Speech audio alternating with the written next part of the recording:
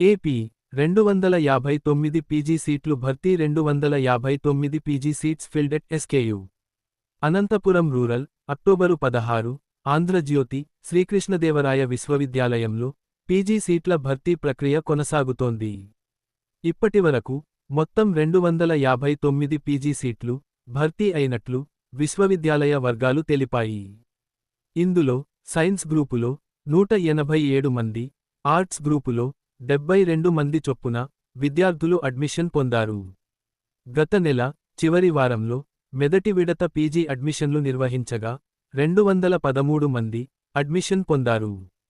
ఇందులో సైన్స్ 157 మంది, ఆర్ట్స్ 56 మంది విద్యార్థులు అడ్మిషన్ తీసుకున్నారు.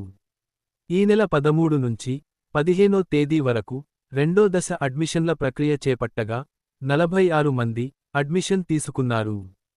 ఇందులో సైన్స్లో 30 మంది, ఆర్ట్స్లో 16 మంది విద్యార్థులు అడ్మిషన్ పొందారు. రెండు విడతల్లో కలిపి మొత్తం 259 మంది అడ్మిషన్ తీసుకున్నారు.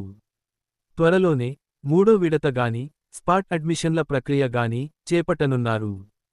తద్వారా మరింత మంది అడ్మిషన్ పొందే వీలుందని వర్సిటీ వర్గాలు అభిప్రాయపడుతున్నాయి.